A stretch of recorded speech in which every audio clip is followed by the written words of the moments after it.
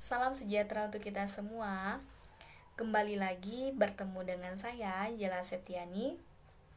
Saya dari Prodi Pendidikan Sejarah, Fakultas Keguruan dan Ilmu Pendidikan, angkatan tahun 2020, Universitas Tanjung Pura, Pontianak. Di sini saya akan kembali bercerita lagi teman-teman, tetapi itu mengenai tema yang berbeda. Di video sebelum-sebelumnya saya akan menjelaskan bercerita mengenai kerajaan-kerajaan yang ada di Kalimantan Barat. Nah, di video kali ini saya akan bercerita itu mengenai etnis budaya pernikahan Tionghoa yang ada di Kalimantan Barat. Mungkin teman-teman yang memiliki atau yang berbudaya Tionghoa sudah mengetahui tata cara persiapan pernikahan budaya yang ada di Tionghoa.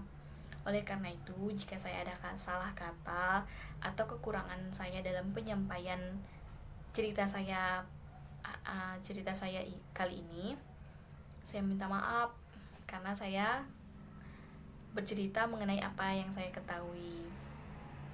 Baiklah teman-teman, saya akan bercerita itu etnis Tionghoa di Kalimantan Barat. Etnis Tionghoa di Kalimantan Barat terbagi menjadi Kek atau Hakka, Teochew atau Oklo, dan Hokkien atau Kanton.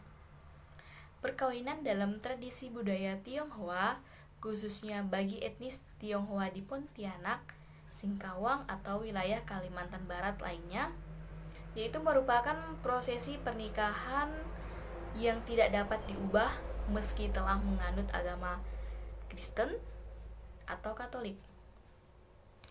Tradisi budaya ini merupakan prosesi sakral yang melibatkan banyak unsur kebudayaan dan kekeluargaan. Dan budaya Tionghoa yang kental, berarti di sini budaya yang sangat mendominan, atau pada prosesi pernikahan ini budaya Tionghoa itu sangat kental. Yaitu di sini juga ada beberapa tahapan pernikahan dalam budaya Tionghoa. Yang pertama itu ada pranikah atau persiapan dan perjodohan. Seterusnya ada lamaran dan pertunangan, pernikahan, resepsi, dan pasca nikah. Di sini saya akan menjelaskan tahapan-tahapannya secara singkat ya, teman-teman. Tahap persiapan dan perjodohan. Dalam tahap persiapan, para calon mempelai biasanya sudah saling kenal, sudah saling mengenal satu sama lain. Ibarat kata bisa dikatakan sudah berpacaran sebelum mereka memutuskan menjalin hubungan yang lebih serius lagi, yaitu dengan menuju ke pernikahan. Namun ada juga pasangan yang pernikahannya diatur oleh keluarga. Berarti di sini keluarga yang bisa dikatakan menjodohkan, yaitu bisa dari keluarga, teman, atau kerabat.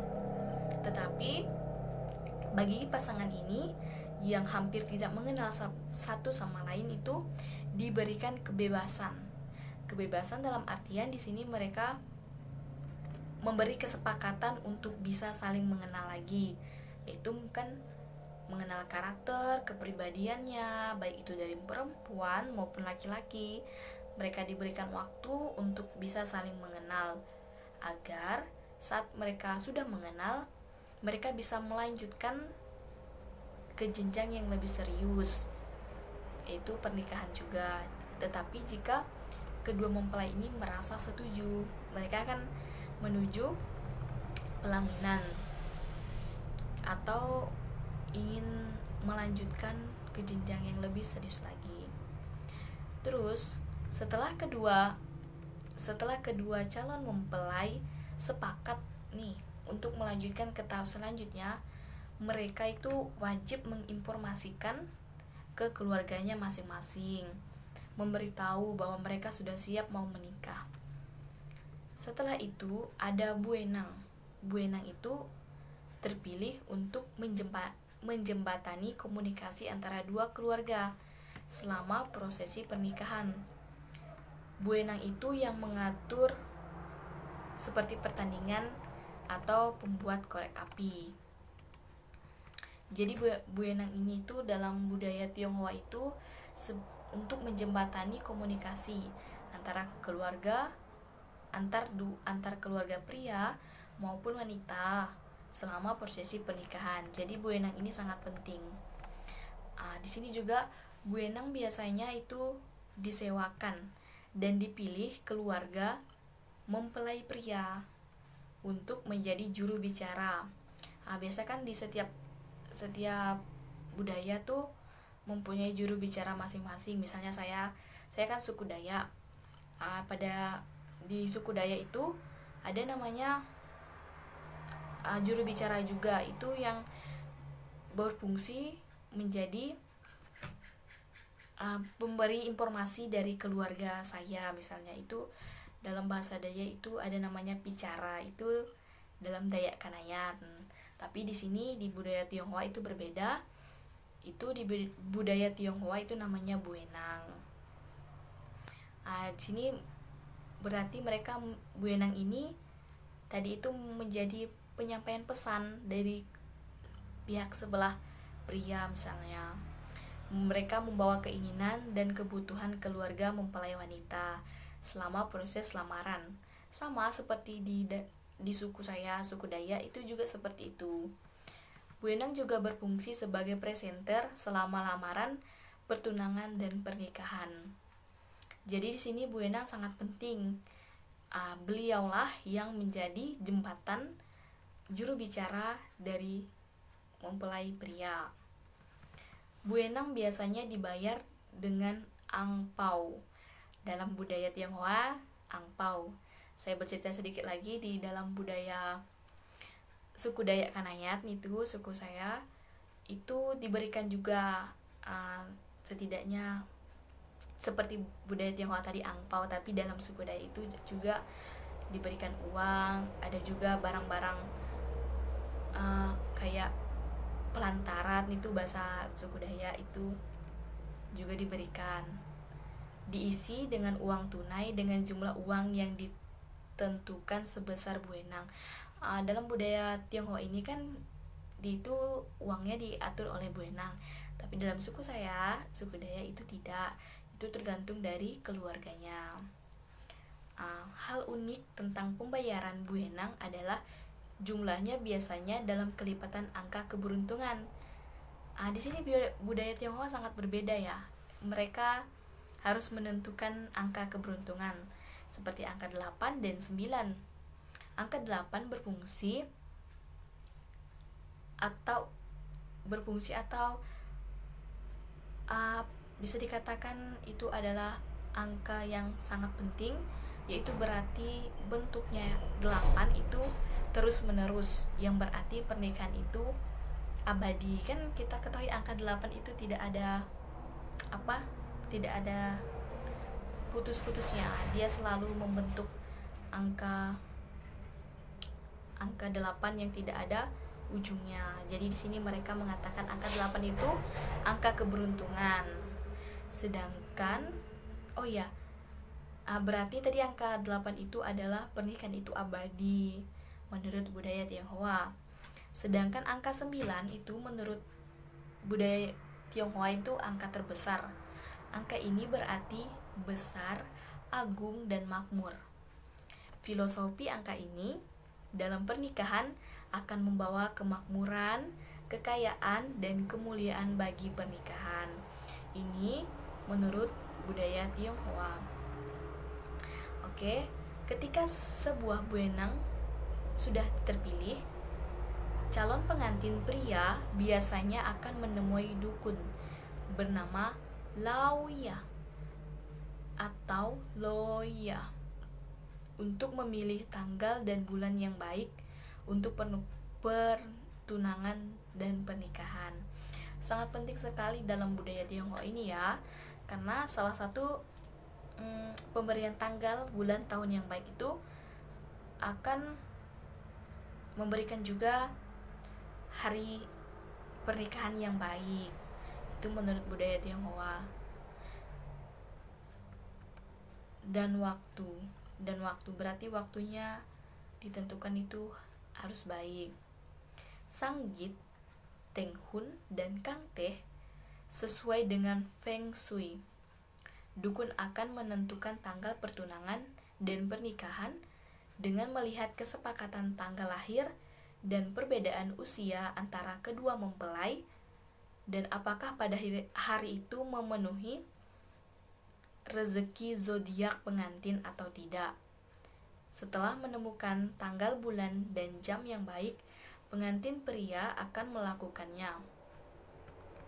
Berarti di sini pada budaya Tionghoa itu mereka mengenal zodiak agar pernikahan yang dilakukan itu nanti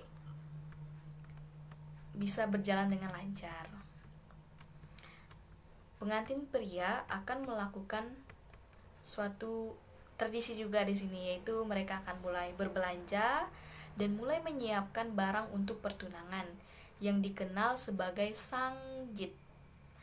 Mereka sebelum melakukan lamaran mereka sudah mempersiapkan dulu. Secara bersamaan dilakukan dengan lamaran yang dikenal dengan Teng Hun. Tradisi Tionghoa mempercayai kehadiran Lauya atau Loya selama persiapan pernikahan agar terhindar dari kesialan atau kejadian yang mungkin terjadi sewaktu-waktu. Berarti mereka mempercayai bahwa Lauya atau Loya ini memberikan, dengan kehadirannya, memberikan salah satu perlindungan untuk prosesi pernikahan Tionghoa ini. Peristiwa paling sial itu menurut budaya Tionghoa yang terjadi itu adalah saat keluarga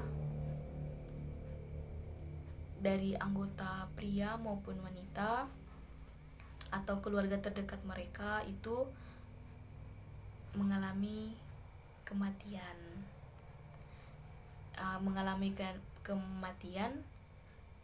sebelum atau saat melakukan prosesi pernikahan. Itu adalah hari kesialan.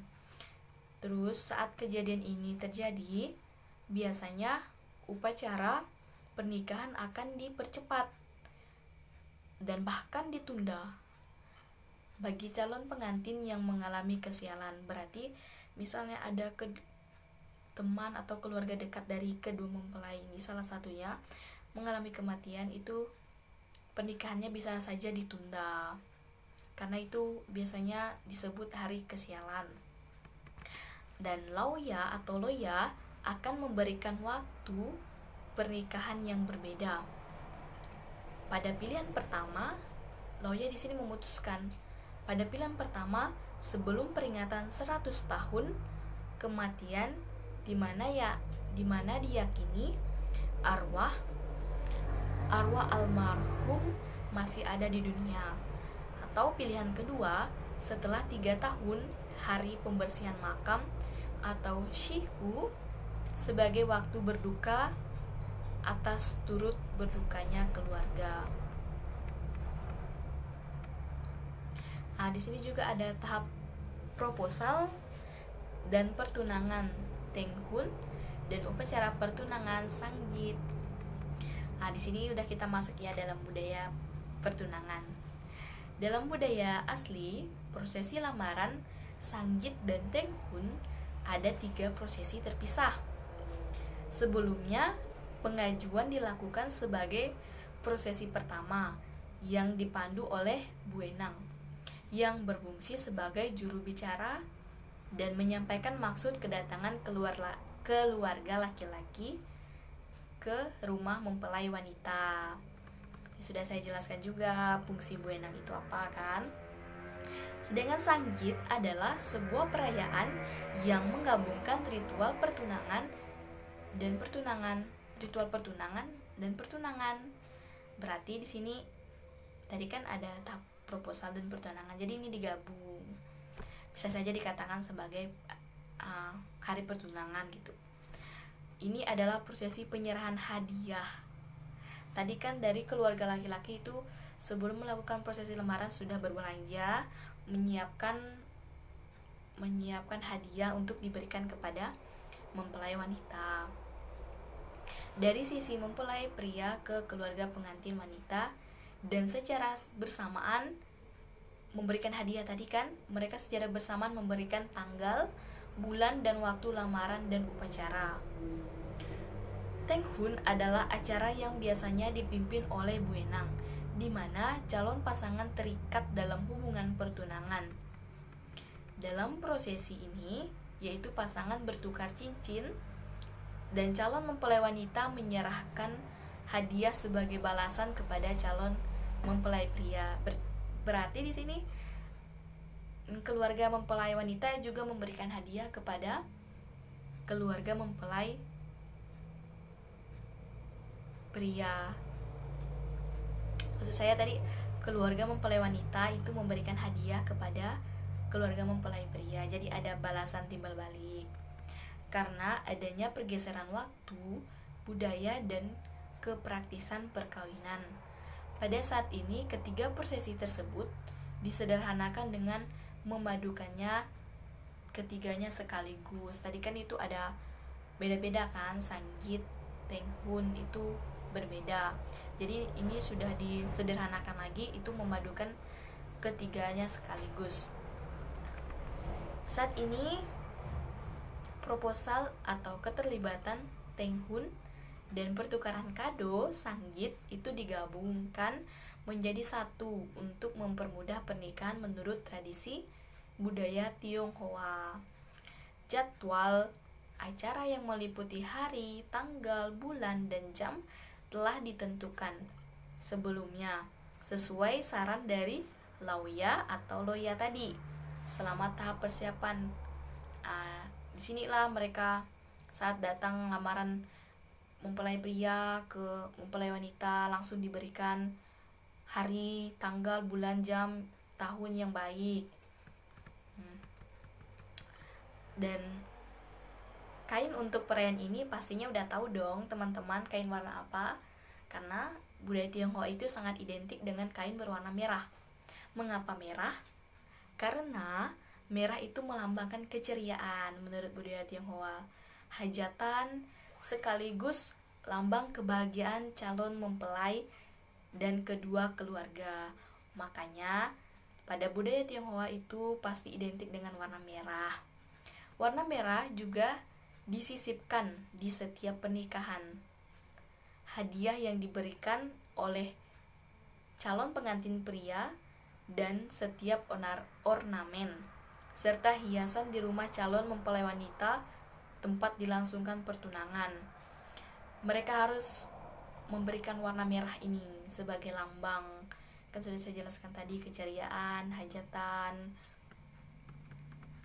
Nah, prosesi Tenghun dimulai saat buenang, keluarga calon pengantin pria, dan bingkisan yang biasanya dibawa dengan tandu oleh dua orang yang ditunjuk oleh buenang telah tiba. Itu berarti di sini udah dimulai prosesi Tenghunnya karena bingkisan tadi sudah dibawa.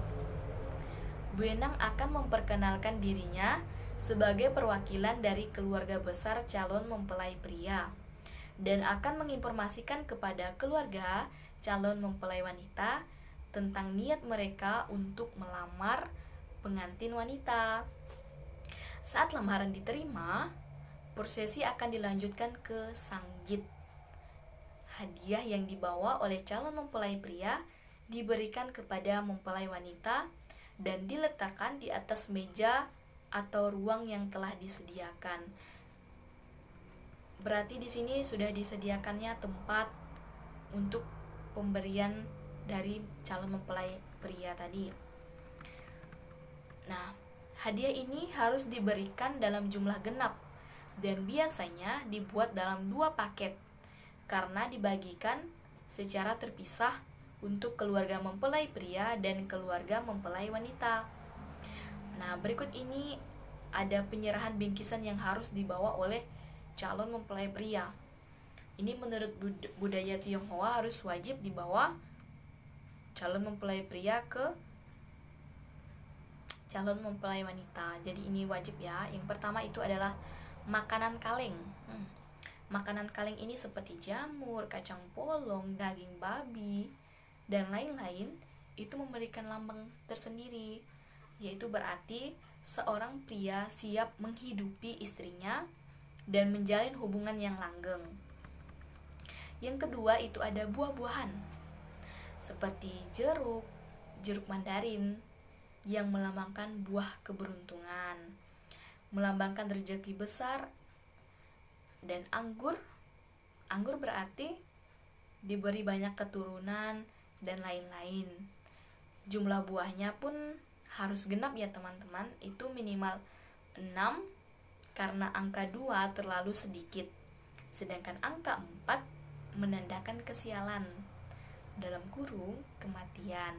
Jadi calon mempelai pria itu minimal harus membawa 6 buah. Biasanya setengah dari buah-buahan ditempatkan kembali di keranjang dan dikembalikan ke keluarga pengantin pria. Yang ketiga itu harus membawa anggur, yang berarti pria cukup dewasa untuk mengarungi pahit dan manisnya kehidupan rumah tangga. Manisan jeruk melambangkan manisnya hidup kerja keras. Kerja kerasnya mengikuti proses menanam buah jeruk hingga mengolahnya menjadi manisan. Ini menandakan bahwa masa depan kedua mempelai semanis selera manisan jeruk setelah mereka bekerja keras atau berjuang. Ini juga menyiaratkan bahwa ada harapan kedua mempelai akan terus bekerja keras untuk berjuang menjalani kehidupan yang manis dan bahagia tentunya. Yang kelima itu ada sepasang lilin. Sepasang lilin ini menandakan sebuah lampu yang melindungi calon keluarga baru. Lilin ini sangat penting ya dalam budaya Tionghoa agar terhindar dari segala pengaruh negatif. Lilin biasanya bercorak naga dan burung phoenix atau burung hong dan dijual berpasangan. Saat mengembalikan hadiah, satu pasang lilin diambil oleh keluarga calon mempelai wanita dan sepasang lainnya dikembalikan kepada calon mempelai pria. Yang ketujuh itu ada tiliao atau permen yang terbuat dari kacang tanah, labu, putu, dan wijen. Artinya, rumah tangga kedua calon pengantin akan selalu semanis rasa tiliao atau permen. Ketujuh, 2 tandan undangan tercetak. Undangan ini akan dibagikan kepada pengantin wanita secara berkelompok, kemudian sisanya untuk pengantin pria. Yang kedelapan itu ada jumlah uang di angpau. Tidak diletakkan di tandu saat membawa hadiah pertunangan. Saat membawa hadiah pertunangan berarti angpau tidak dimasukkan, tetapi dipegang oleh calon pengantin pria untuk diberikan kepada orang tua mempelai wanita.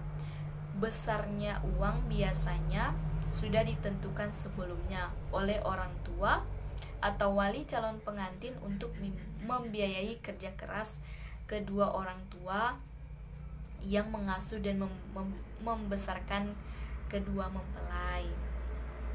Yang kesembilan itu ada daging babi. Daging babi ada kepala, kaki, atau babi kalengan. Kehadiran babi merupakan simbol atau tanda suatu perayaan. Jadi daging babi ini wajib juga dibawa. Terus di sini juga tadi kan itu yang wajib calon mempelai bawa sebelum datang ke rumah calon mempelai wanita pada saat prosesi lamaran. Selain barang-barang di atas, Pengantin pria juga diperbolehkan membawa hadiah tambahan berupa perlengkapan untuk calon mempelai wanita. Berarti tidak hanya berfokus pada ke-9 barang yang wajib dibawa tadi, tetapi juga calon pria juga bisa memberikan hadiah tambahan seperti kosmetik, tas, sendal, sepatu, baju tidur, baju dan perhiasan. Barang tambahan ini merupakan bukti simbolis bahwa calon pengantin pria dapat memenuhi kebutuhan sandang pengantin. Nah, setelah itu, hadiah itu ditempatkan di tempat yang sudah disediakan, yaitu di atas meja. Dan Bu Enang mengundang orang tua kedua mempelai, calon mempelai pria dan wanita. Kemudian Bu Enang itu memintanya untuk memberi penghormatan kepada orang tua pengantin wanita dan memberikan angpau diisi dengan jumlah uang. Jadi calon pengantin pria dan wanita itu nanti memberikan angpau kepada orang tuanya. Nah, langkah selanjutnya itu adalah keterlibatan. Bu Enang berbicara kepada calon pengantin dan meminta mereka untuk melakukan prosesi pertukaran cincin sebagai simbol ikatan antara kedua calon pengantin.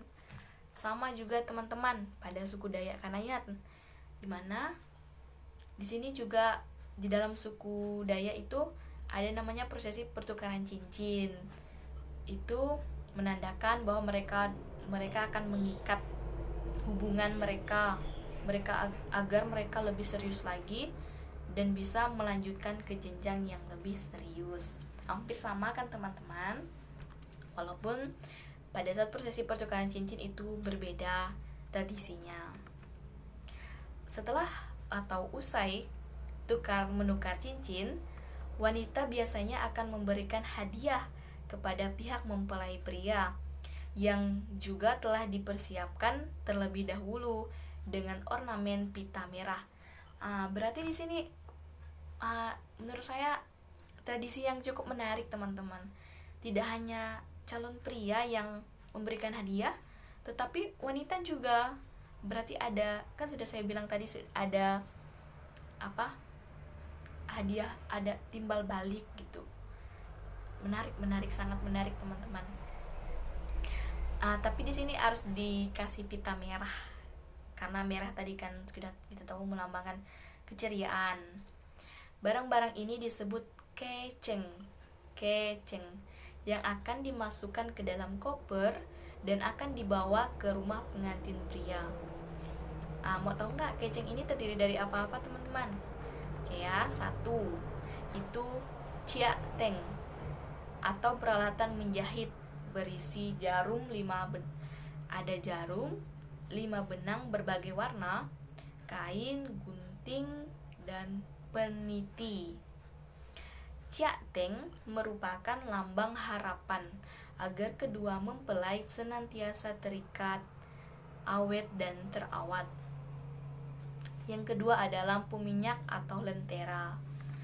Yang ketiga ada 1 set teko dan cangkir untuk kang teh. Yang keempat ada sebuah cermin. Yang kelima sepasang penggemar. Yang keenam sebuah wadah atau baskom untuk soi min cui. Yang ketujuh itu ada sepasang boneka laki-laki. Yang kedelapan ada perempuan. Tadi kan ada sepasang laki-laki, boneka sepasang laki-laki dan perempuan. Dan ada sebuah sisir. Yang ke-9 itu ada sendal. 10 ada panci. Ke-11 itu ada sepasang handuk besar berbentuk angsa. Ke-12 2 handuk kecil untuk soi min cui. Nah, itu tadi yang wajib yang calon mempelai wanita memberikan kepada calon mempelai pria. Hadiah pertunangan atau keceng dimasukkan ke dalam koper dan akan dibawa ke rumah pengantin pria. Calon pengantin wanita diharapkan mengikuti keluarga mempelai pria untuk mengatur keceng di kamar untuk dua pengantin. Keceng dibawa dengan tandu bersama dengan setengah dari hadiah pertunangan dari pengantin pria. Di rumah pengantin pria, keluarga besar mempelai pria sedang menunggu. Setelah diundang oleh Bu Enang untuk memasuki rumah pengantin pria, akan ada quiz show, sebuah tradisi di mana mempelai wanita membuka koper dan menunjukkan isi koper di hadapan keluarga mempelai pria. Di sini ada tradisi lagi teman-teman, itu namanya quiz show. Jadi calon mempelai wanita ini akan membuka koper dan menunjukkan isi-isi yang ada di dalam koper tersebut. Barang-barang di dalam koper akan disimpan di kamar pengantin. Menarik sekali teman-teman. Nah, selanjutnya itu ada persiapan pernikahan. Seperti membagikan undangan, melakukan foto prewedding, membentuk panitia untuk resepsi. Sangat-sangat struktur ya teman-teman budayanya. Mereka sebelum melakukan pernikahan mereka harus mempersiapkan matang-matang sekali. Di sini juga ada membentuk panitia, berarti sudah dipastikan mereka sudah sangat siap melakukan ke jenjang yang lebih serius. Nah, pada pembagian undangan, kertas yang digunakan harus berwarna merah. Undangan digunakan baik untuk mengundang tamu ke pesta, atau hanya untuk menginformasikan, bukan untuk mengundang. Ada beberapa hal unik tentang kartu undangan, seperti buah pinang, teh liau, dan manisan lainnya. Arti dari buah pinang yang terselip di dalam amplop kecil berwarna merah di depan undangan adalah bahwa penerima undangan sangat diperlukan untuk datang. Jadi buah pinang ini melambangkan juga ya teman-teman. Secara khusus disisipkan teh liau dalam undangan tersebut, menandakan undangan diberikan kepada keluarga atau orang-orang yang dihormati dalam garis keturunan kedua mempelai. Adapun permen dalam undangan merupakan cindera mata bagi penerimanya yang mencerminkan harapan pasangan berbagi kebahagiaan dan hari-hari manis dengan orang yang diundang. Wow, mantap sekali. Nah, di sini kita sudah masuk nih tradisinya pernikahan Cina. Oke, pernikahan dalam tradisi Tionghoa hanya memiliki satu acara utama, yaitu Kang Teh. Mungkin teman-teman sudah tahu ya. Kang Teh akan diadakan di dua tempat, baik di rumah pengantin perempuan maupun laki-laki. Kang Teh dilakukan di hotel sebagai rumah alternatif bagi mempelai yang sedang berduka karena energi positif akad nikah harus lepas dari energi negatif, dari kesedihan atau kehilangan bagian keluarganya. Sehari sebelum pernikahan, di rumah pengantin wanita, Ai Kui Men, sebuah ritual untuk menghilangkan bulu-bulu halus di wajah untuk mengungkapkan kecantikan mempelai wanita dilakukan. Alat yang dibutuhkan untuk prosesi ini adalah benang, bedak nyonya putih, dan saput tangan. Saat fajar sebelum pengantin wanita mulai berdandan, dia akan mandi dengan 7 bunga dan matco daun-daun. Tradisi ini dikenal sebagai Sei Wei Cui. Ini bertujuan untuk keluar dari kesialan, mengusir roh jahat, menolak bala bantuan, dan membuat pengantin wanita aromatik dan bersinar, lebih kelihatan aura kecantikannya. Setelah Sei Wei Cui, pengantin wanita akan dirias dan mengenakan pakaian pengantin berwarna putih. Putih mencerminkan kedua mempelai yang saat ini memasuki hari-hari baru dan juga berarti kesucian. Nah, keesokan paginya di rumah mempelai pria, setelah ia menyelesaikan persiapannya dan mengenakan gaun pengantin berwarna putih, pihak mempelai pria akan menyalakan lampion atau lampu minyak di sudut kamar pengantin sebagai tanda bahwa kehidupan baru mereka sebagai sepasang suami istri baru saja dimulai. Lampu minyak atau lantera ini sebaiknya tidak dimatikan selama 3 hari berturut-turut.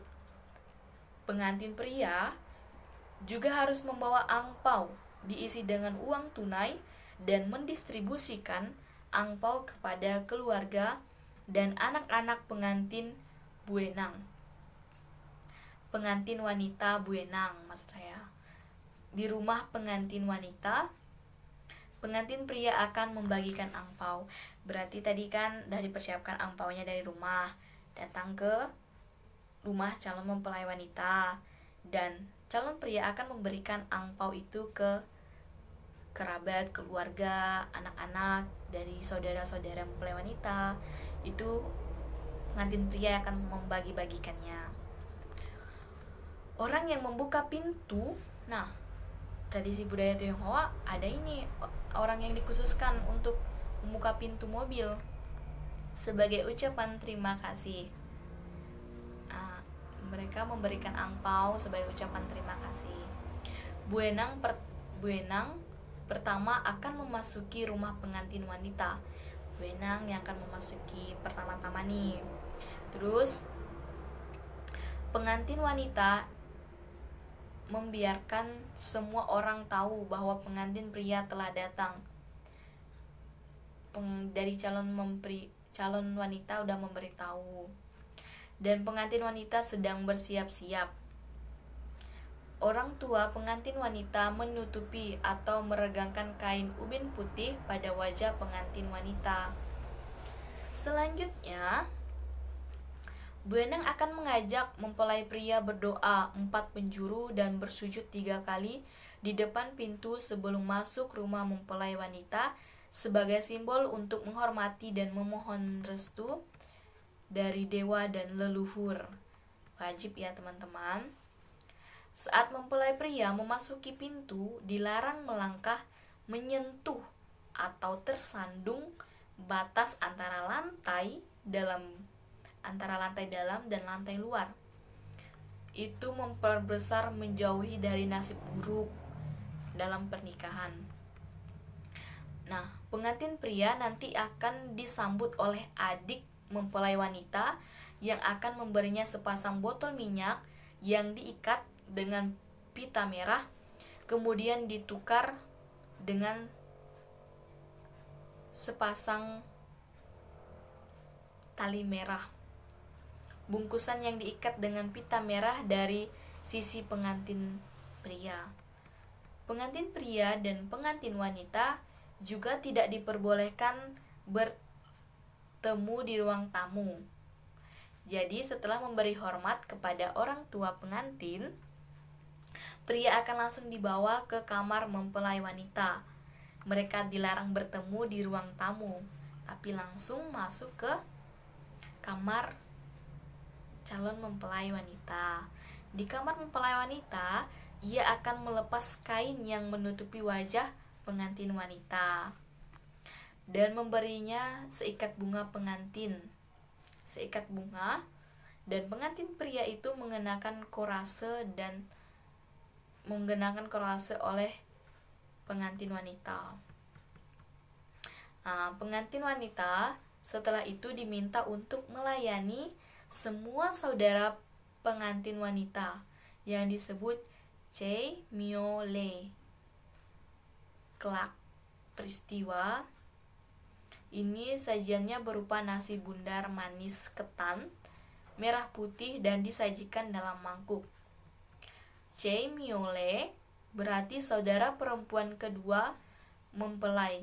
bisa berdoa agar kehidupan pernikahannya tetap lengket seperti ketan dan harmonis seperti bagaikan manis. Pasti ada pertanyaan-tanya tadi kan, Kang Teh itu apa? Kang Teh, Bu Enang memimpin acara utama pernikahan yang disebut pesta teh atau Kang Teh. Inilah yang disebut Kang Teh. Akan ada 2 kursi di tengah ruangan, 1 set gelas, dan 1 teko berisi teh manis. Tradisi Kang Teh bertujuan untuk menghormati orang yang lebih tua dalam keluarga atau kerabat dengan menyajikan teh. Bu Enang akan memanggil anak tertua dari keluarga pengantin wanita, dimulai dengan kakek, nenek dari pengantin wanita. Saat pengantin wanita, kakek dan neneknya sudah meninggal dunia, kursinya akan dikosongkan dan diberi kain merah, tapi tetap akan dihormati meskipun sudah meninggal, dan diberi juga teh sebagai ungkapan penghormatan. Di kursi ditempatkan sebuah angpau yang akan diambil oleh pengantin pria setelah diletakkan teh di dalam gelas. Dalam tradisi Kang Teh, hanya penatua yang dapat berpartisipasi. Kang Teh misalnya kakek, nenek, ayah, dan ibu, kakak atau kakak laki-laki dari pengantin laki-laki dan atau perempuan yang sudah menikah, paman, bibi, dan sejenisnya. Sedangkan untuk saudara kandung yang lebih muda atau lebih muda dari kedua mempelai tidak akan diikutsertakan dalam tradisi Kang Teh. Begitu pula saudara laki-laki atau perempuan dari kedua mempelai yang belum menikah dilarang ikut serta dalam tradisi Kang Teh. Dan pengantin perempuan akan memberi mereka gunting sebagai gantinya, yang berarti permintaan maaf karena melanggar pernikahan. Jadi tidak sembarangan ya teman-teman dalam mengikuti tradisi Kang Teh ini, karena hanya penatua yang sudah ditentukan. Setelah kakek nenek pengantin wanita, lalu Bu Enang akan memanggil orang tua pengantin wanita. Kedua mempelai akan membungkuk, memberi hormat, lalu berlutut dan menyajikan 2 cangkir teh kepada orang tua mempelai wanita. Orang tua mempelai wanita menyesap teh 3 kali, lalu meletakkan cangkir teh dan memberi angpau perhiasan sebagai gantinya. Perhiasan terpenting yang harus diberikan oleh orang tua mempelai wanita kepada mempelai pria adalah emas dalam bentuk cicak atau cileng.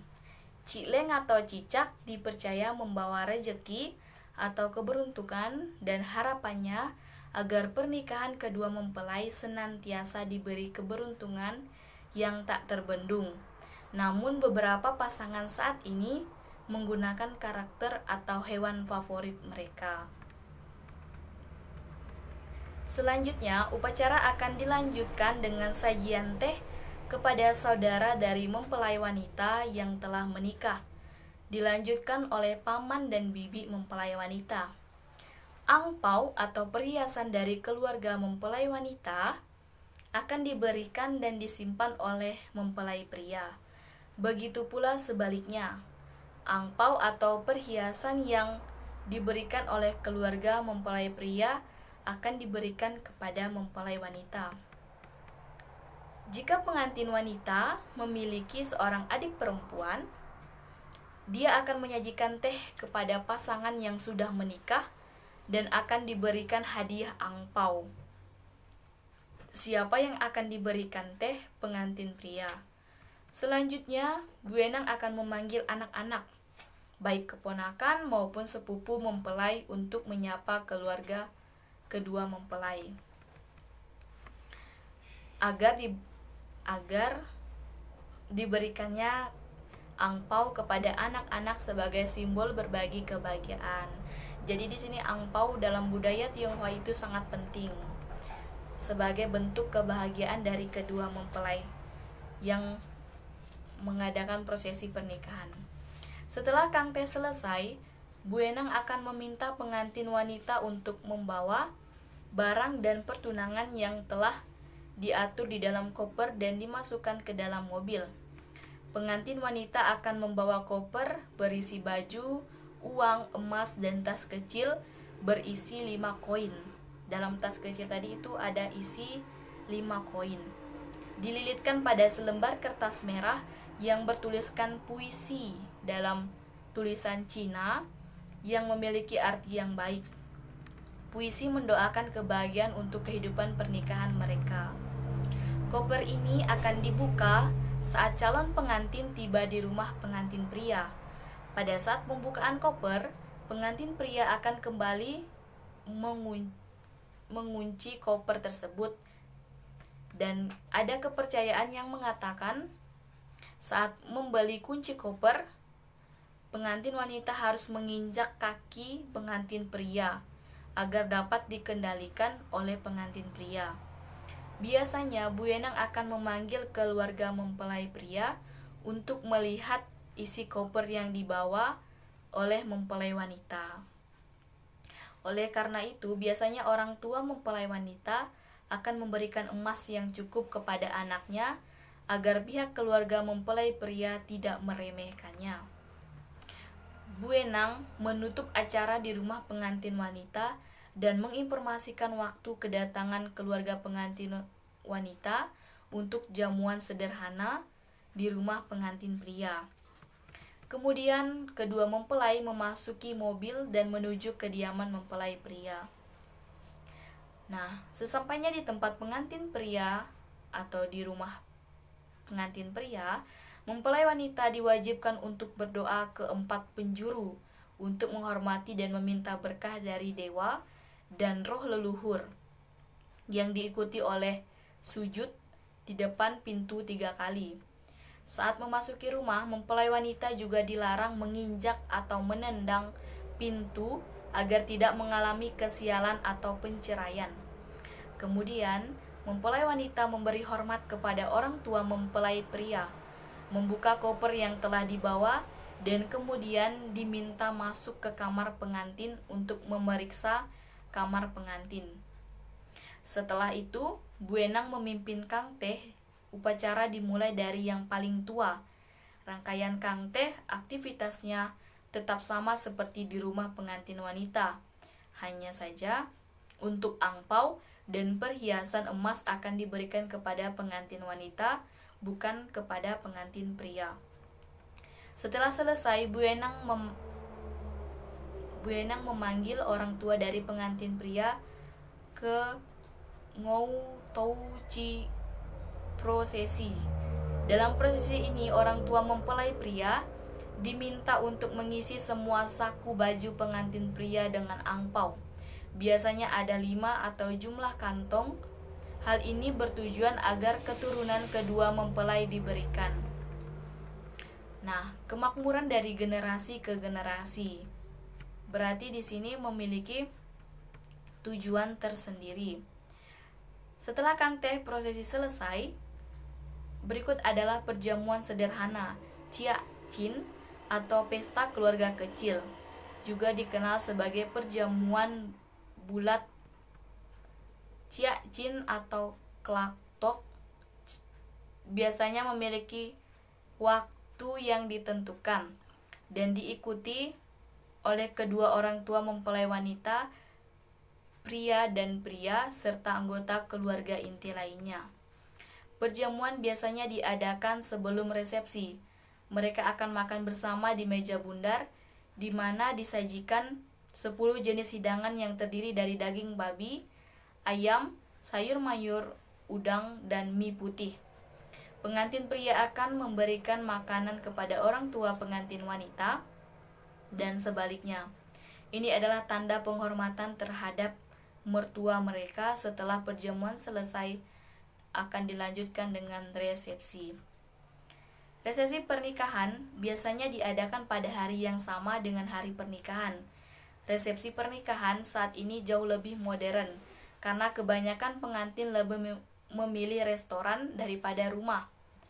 Selain lebih praktis, mengadakan resepsi di restoran terkesan lebih mewah dan menunjukkan status sosial yang tinggi. Semakin banyaknya makanan yang disajikan pada acara tersebut, semakin tinggi status sosial keluarga tersebut. Tamu undangan yang datang ke resepsi harus mengunjungi meja penyambutan untuk memberikan angpau sekaligus mengisi buku tamu. Kemudian mereka diajak menikmati hidangan dan setelah itu upacara pemotongan kue pengantin akan dilanjutkan untuk pelemparan bunga atau jika diinginkan oleh kedua mempelai. Pengantin akan memberikan hadiah kepada orang yang mendapatkan buket bunga pengantin. Acara terakhir biasanya berfoto bersama dengan tamu undangan dan keluarga besar. Post tradisi pernikahan. Setelah resepsi usai, pengantin baru masih harus melaksanakan beberapa ritual atau tradisi penting. Pagi hari pertama setelah pernikahan dan resepsi, kedua mempelai harus menyiapkan wadah dan baskom berisi air bersih serta sapu tangan yang sebelumnya dibawa ke acara pertunangan. Wadah atau baskom berisi air tersebut nantinya akan digunakan pengantin untuk membasuh muka dan kaki mertuanya. Aktivitas ini disebut soi min cui. Kegiatan ini dilakukan setiap pagi selama 3 hari berturut-turut dan artinya mempelai wanita juga memiliki tanggung jawab dan kewajiban untuk mencintai dan menghormati atau merawat orang tua suaminya. Pada hari ketiga setelah pernikahan, lampu minyak atau lampion yang dinyalakan secara berurutan akan dimatikan. Anggur atau pisang yang dibawa setelah kangte di rumah mempelai wanita diperkirakan akan habis. Soi min cui tradisi juga tidak akan dipraktikkan lagi. Acara selanjutnya adalah tang sajid atau pulang ke rumah pada hari ketiga ke rumah orang tua mempelai wanita atau yang juga dikenal dengan samnyet. Dalam acara ini juga akan diadakan acara makan keluarga di rumah pengantin wanita yang biasanya dilakukan pada pagi hari menjelang siang. Karena ada larangan bagi pengantin baru untuk keluar rumah terlalu lama, calon mempelai wanita diharapkan bisa melepaskan kerinduannya terhadap keluarganya, dan pihak keluarga wanita biasanya akan meminta kabar dari mempelai wanita tentang kehidupan awal pernikahannya. Orang tua pengantin wanita biasanya juga akan memberikan nasihat pernikahan kepada putri mereka. Setelah itu, pengantin baru akan pulang dan seluruh rangkaian acara pernikahan telah selesai. Ada hal unik yang dimana pengantin baru dilarang menghadiri undangan pernikahan orang lain sebelum hari pernikahannya yang ke-100. Hal ini dikarenakan adanya keyakinan bahwa aura pengantin baru dapat membawa sial atau kesialan bagi calon pengantin lainnya. Nah, sekian teman-teman budaya Tionghoa pada tradisi pernikahan yang dapat saya ceritakan secara singkat. Mungkin dalam penyampaian cerita saya ada mengalami kekurangan, salah kata, dan banyak yang tidak terlalu saya ketahui mengenai budaya Tionghoa. Atas perhatiannya saya ucapkan terima kasih. Jangan lupa like, comment, and subscribe. Dadah.